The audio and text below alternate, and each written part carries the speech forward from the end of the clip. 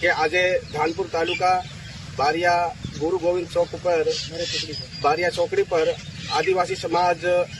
જ્યારે ગુરુ ગોવિંદ 20 ડિસેમ્બરના રોજ જન્મજયંતિ ઉજવણી કરવાના હોય, આદિવાસી સમાજ ત્યાં સાફ સફાઈ માટે ઉપસ્થિત હતું, ત્યારે ચાલુ પ્રશાસનના રાજ્ય કક્ષાના મંત્રી શ્રી બસુભાઈ ખાબડ જે બાજારા રોડ પરથી આવી અને સીધા જે ગુરુ ગોવિંદ ચોક ઉપર કામગીરી ચાલતી હતી તે જગ્યાએ અચાનક આવી ઊભા રહી અને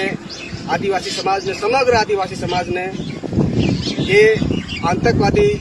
સ્વરૂપે સંબોધન કરી અને તોછડી ભાષામાં બોલી વ્યવહાર કરી અને આપણને સમગ્ર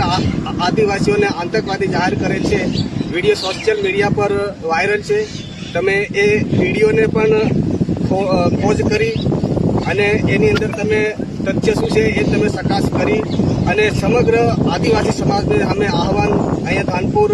ગાંધી સિંધિયા માર્ગે આંદોલન ઉપર ઉતરવા માટે ધાનપુર આદિવાસી પરિવાર સમગ્ર આદિવાસીને આમંત્રણ જોહાર તેરું કરે છે.